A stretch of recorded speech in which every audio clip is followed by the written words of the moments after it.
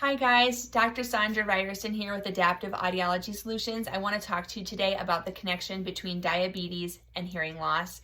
I was supposed to do this last month as November was diabetes month, but I didn't get to it. So here we are. I still want to talk about it. It's important. The American Diabetes Association says that those with diabetes are twice as likely to suffer from hearing loss. And they believe there's three reasons for that. The first being the vascular degradation due to high blood glucose levels. The second is diabetes-related damage to neurons that make up the nerves that carry the sound from the ear to the brain. And the third is the ototoxicity from medications to treat diabetes, which I don't want people to think that diabetes medications are ototoxic or toxic to the ear, but that's a possibility that perhaps they are in ways we don't realize.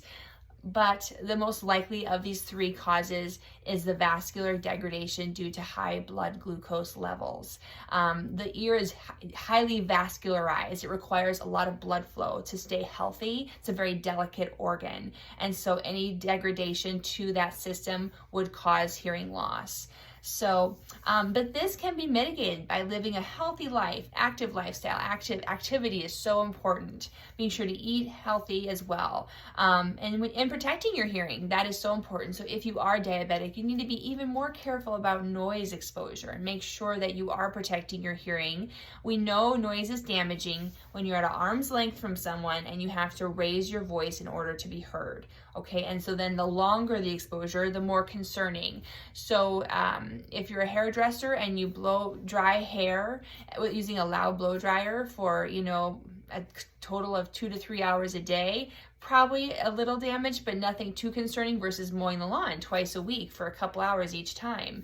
That's more concerning probably. But it just depends on the noise level and the length of time. You can get a sound level meter app on your phone and actually measure the sound levels of these things that you're around. So that's a good way to gauge whether or not you should be using hearing protection. It is so important to protect your hearing if you have diabetes. I always ask my patients if they have a family history of diabetes or if they know they have diabetes, because the CDC estimates that about 1 in every 5 people don't realize, one in every 5 people with diabetes don't know they have the disease, and that those with pre-diabetes blood glucose levels are 30% more likely to have hearing loss and then those with normal blood glucose levels. So hearing loss can be an early indicator of diabetes. So those that don't know that they have diabetes may notice the hearing loss first and go, how do I have hearing loss? And so then we have a discussion about, have you had a physical lately? Have you had these things checked out? These are some causes. So this is an important thing to realize, is that a hearing test can be a good part of an overall wellness check. Okay.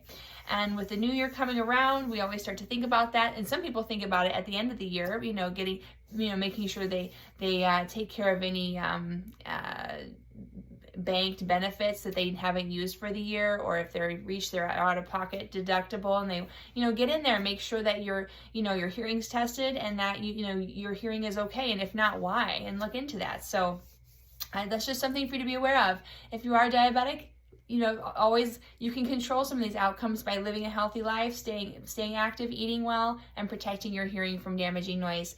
I'm Sandra Ryerson with Adaptive Audiology Solutions. Thank you for listening, and please let us know if there's anything we can do to help you with your hearing health care. And remember that the key to a healthy life is hearing well and living healthy. Thank you, and have a great day.